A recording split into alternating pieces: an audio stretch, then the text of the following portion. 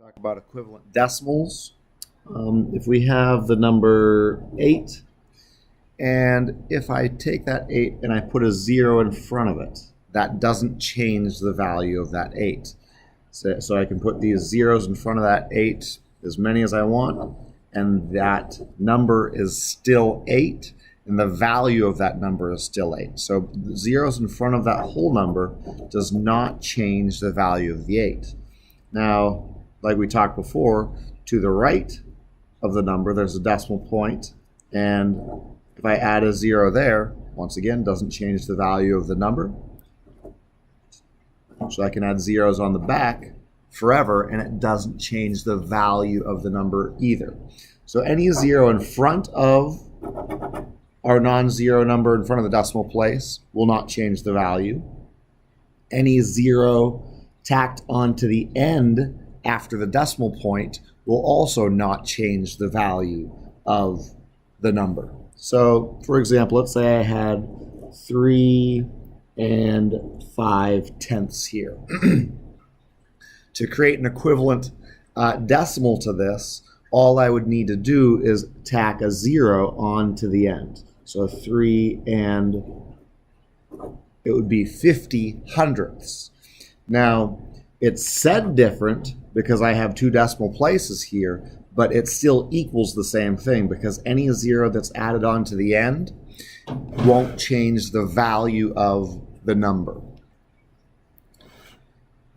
And same thing here, 3 and I can put a 5 and 2 zeros. That would be 3 and 500 thousandths. Now, all three of these numbers are exactly the same. They equal exactly the same thing. They are equivalent. They just look different because of the zeros I added onto the back. Just like if I added zeros onto the front,